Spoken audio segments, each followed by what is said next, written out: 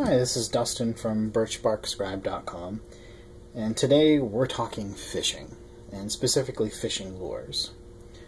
Anyone who knows me knows that I absolutely love to fish.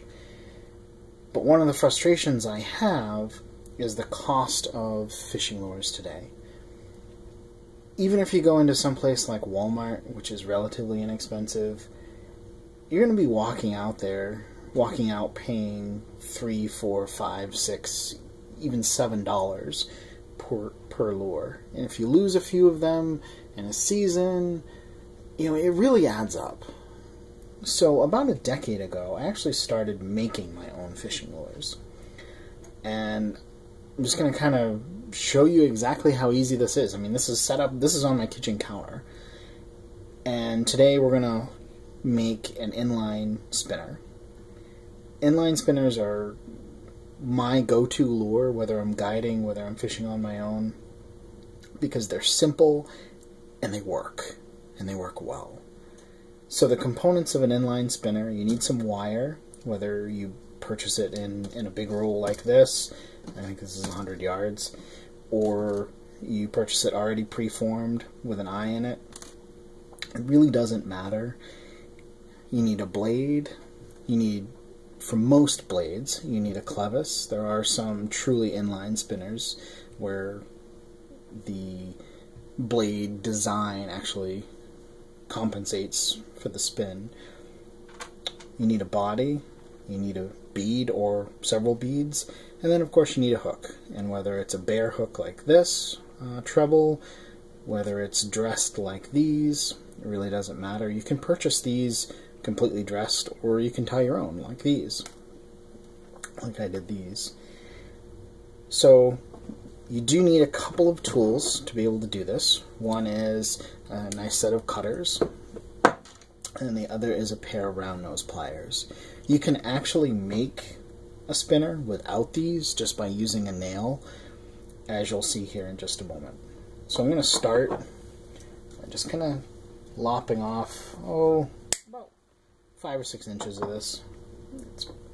Some people will get away with less. I like to have a little bit more just to be sure.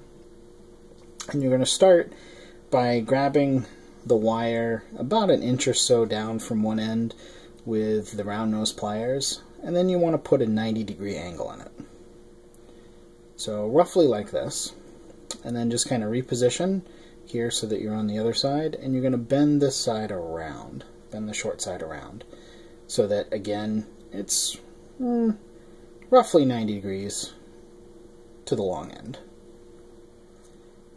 You can see I don't have it quite 90 degrees, but it's going to be close enough.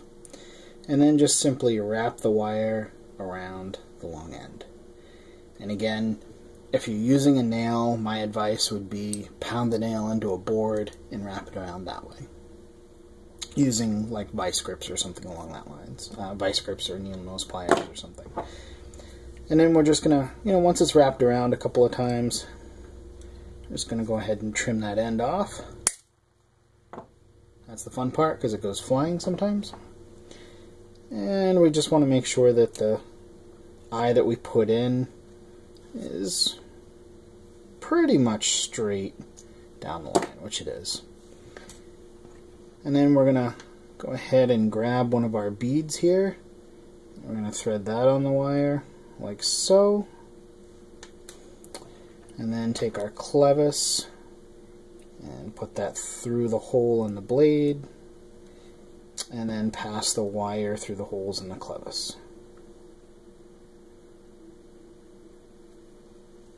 Like so.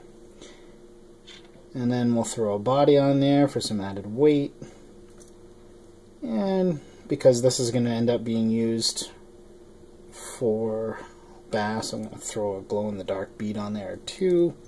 Completely up to you. I've caught them on all sorts of beads. I don't really see that it makes that much of a difference what they are. And then again, we're going to grasp the wire about an inch or so from the end, and we're going to put another 90-degree bend in there, like that. And then again, reposition and bend that end around so that it's at 90 degrees, roughly.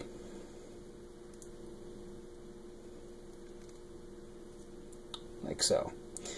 Now, of course, the important thing is don't ever forget to put the hook on there, because otherwise you're not going to catch any fish. Unless they jump into the boat. And then I'm just going to, this is the kind of the tricky part here, because obviously this hook is very sharp. So what I like to do is grab with my round nose pliers here to kind of keep that hook immobile, and then just twist around. And again, just a couple of twists. It doesn't have to be anything fancy. And trim that end here again. And voila! We have an inline spinner.